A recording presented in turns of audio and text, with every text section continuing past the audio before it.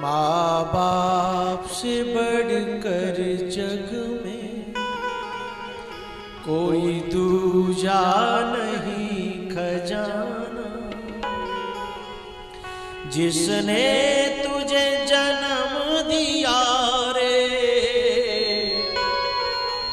दिल उसका नहीं दुखाना। एक आदमी ड्यूटी से थोड़ा सा लेट हो गया घर आने में। उसकी पत्नी चिल्ला करके डांटते हुए बोली, तुम कितने लेट हो गए हो, 2 घंटे 3 घंटे लेट हो गए हो तुम। आदमी ने कहा, थोड़ा सा मेरी माँ की तबीयत खराब हो गई थी घर पे, तो मैं गांव चला गया था मैं उसे दिखाने के लिए, इसलिए लेट हो गया, क्षमा करना। तुम्हें माँ की चिंता इतनी है? घर में मेरा बच्चा बीमार है, मैं बीमार हूं, तुम कभी दिखाने ले गए?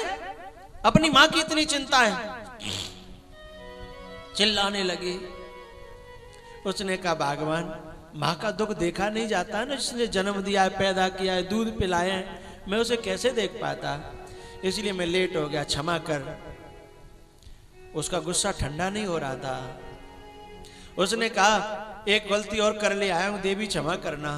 बोले, क्या गलती कर ले आया? और बोले, माँ को मैं यहीं ले आया हूं।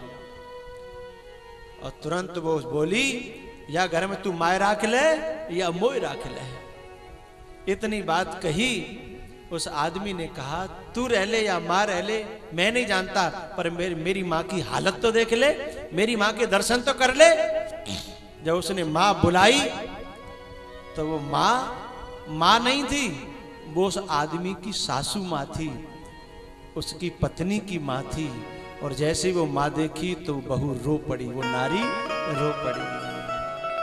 बोली, आपने मुझे सच क्यों नहीं बताया? तो उसने कहा, मेरी माँ और तेरी माँ में कोई अंतर है क्या? माँ तो एक ही होती है सबकी, हैं? तू मेरी माँ का नाम जान रही थी इसलिए गुस्सा हो रही थी, और जब मैंने तेरी माँ को दर्शन करा दिया तेरा गुस्सा कहां चला गया? हैं? तेरा गुस्सा कहां चला गया? काश तू अपनी माँ की तरह मेरी माँ को मान लेती, हैं? तो आज मेरा घर स्वर्ग हो गया होता।